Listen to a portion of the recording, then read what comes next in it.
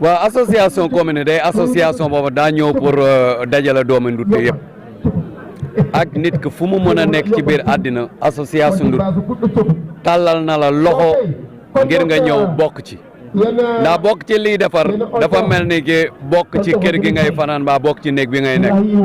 kon association la boo xamante ne du association wu dëkk du association wu xeet du association wu diine du association wu koñ du association maas du association góor wala jigéen kon association commune Ndut mooy pencum Ndut penc nag képp ku dëkk ci dëkk bi ci penc mi nga bokk du lu ñu mën a séddale bopp la kenn mënu ko xar ñaar kon association commune Ndut buñ ciy wax nit yi mooy na ñëpp a ñëw ndax lu kenn mën ñaar a ko dàq waaye lu ñaar mën a fukk ko dàq lu fukk ñëw it defe naa ne ay junnoo ko dàq kon soxla nañu population Ndut yépp ñu bokk ci mag ñaa ngi fi te dañuy dem xale yaa ngi fi dañuy nekki mag ñii doog a tuuti dañuy fekki xale yi kon ñun ñi yàlla def ñu jiite ko waaye tôt ou tard ñun dañuy dem wàcc ko ci ay loxo loxo yooyu ne faw ñu càmbar leen waajal leen laata ñu leen di jox li nga xamante day diw si ñoom fekk tàmmuñu ko yenu kon association bi dafa woote njaakaanaay politigul jàppalewul koy politique féetewul koy politique amul couleur yu politique xeltoowul ak politicien xumtoowul ak politicien waaye tamit jegewul benn politicien dafa tëddee njaakaanaay ñëpp la tàllal loxo ñëpp lay ñaanal waaye tamit ñëpp lay waxtaanal ñëpp lay fekki ñëpp lay yaakaar kenn ku nekk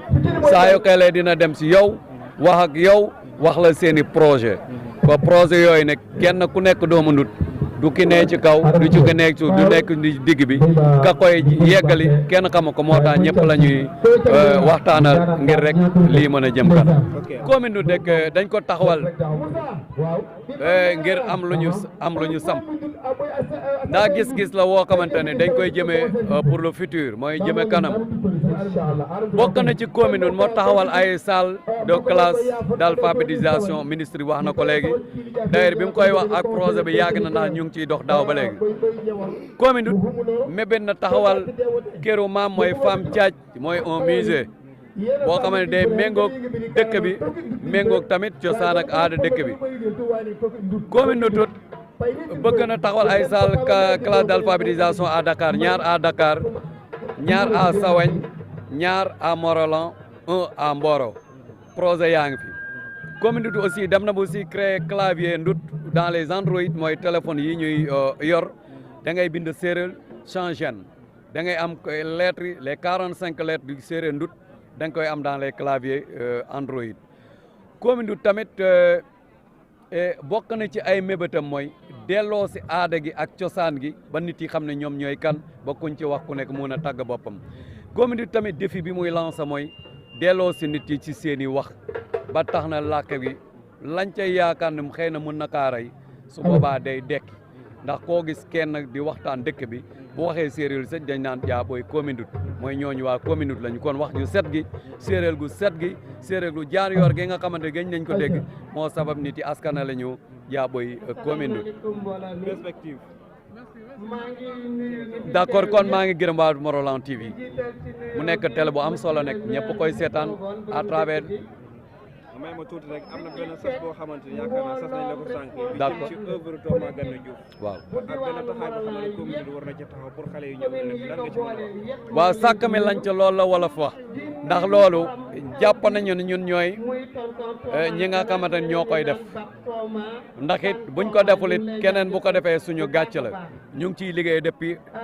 juróom benn weer a ngi ni daanaka la nee ci moom lu bari ñu ngi koy jéem a sol ci ñun ñu di koy yeggali ci ñeneen kon ñu ngi xaar relève bi xaar ñu ba mu jóge fi ñu koy doog a seet waaye dañ koy jege ngir tamit am dara laata leneen daa dem suñu borom a ko moom waaye des fi tamit du njàmbaar tey kenn ba tax na tamit Thomas loolu bàyyi nañ ci xel œuvre yëpp dañ koy defar jox ko xale yi di ci jàng jox ko tamit mag yi di ci fàttali ko valoriser ko ba kenn ku ne bu ko gisee xam ne tey naax saayut su ko defee ñu ngi nuyu waa mu ralentir bu baax a baax ndax bis ku la ci jàppale ku ne sas na la waaye tamit yëg na la safoo na la ndax bëgg na sa jëmu kanam mu nekk télé boo xamante ne tamit dañ ci gis suñu bopp ndax dañ koy seetaan lu bari dans les réseaux sociaux muy def liggéey bu am solo